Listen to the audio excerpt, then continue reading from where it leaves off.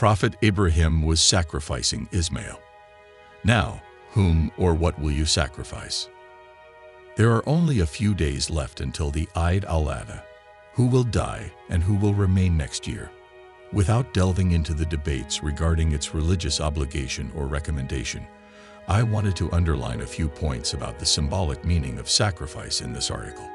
First and foremost, sacrifice is an act of worship that the Prophet Muhammad himself performed from the second year of his migration until his passing. He attached such importance to this act of worship that he said, "Those who are capable of sacrificing, but do not do so, should not come near our place of prayer." Sacrifice has two aspects.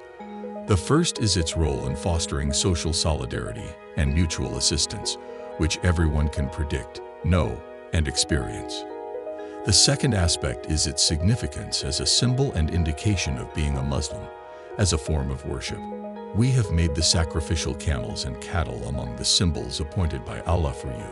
22:36 emphasizes the symbol, while the verse, "It is not their meat nor their blood that reaches Allah, it is your piety that reaches Him," highlights the worship aspect of this symbol. And this verse reinforces this meaning. We have made the sacrificial animals part of the rights of Allah for you. They are among the sacred symbols with which He has endowed you. So mention Allah's name over them while they are lined up for sacrifice. And when they have fallen down dead on their sides, you may eat of their flesh and feed the contented poor and the needy who do not beg. Thus have we subjected these animals to your service, so that you may be grateful. However, neither the flesh nor the blood of the animals we sacrifice reaches Allah. What reaches Him is the consciousness of servitude and the sense of responsibility that we carry in our hearts while performing this act of worship. It is the fulfillment of the command, despite any rational questions that may be troubling our minds. Allah clearly conveys this message to us. It is not their meat nor their blood that reaches Allah. It is your piety that reaches Him. 22:37. We can observe this truth in the words uttered by the Prophet Muhammad during his own sacrifice, as both of these statements are from the verses. The Prophet, said, "I have turned my face wholeheartedly towards the one who has created the heavens and the earth, disassociating myself from any falsehood. I am not one of those who associate partners with Allah in His divinity. Indeed, my prayer, my sacrifice, my life, and my death are all for the sake of Allah, the Lord of all the worlds. There is no God but Him.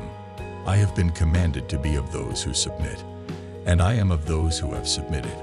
O Allah, this sacrifice is your gift and bounty to me. Accept it on behalf of Muhammad and his ummah."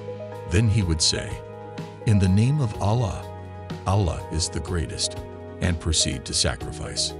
The most famous story we learn from the Quran that carries such a profound meaning of monotheism is the story of Prophet Ibrahim, who, according to narrations, intended to sacrifice his son Ishmael, when he was supposedly 86 years old.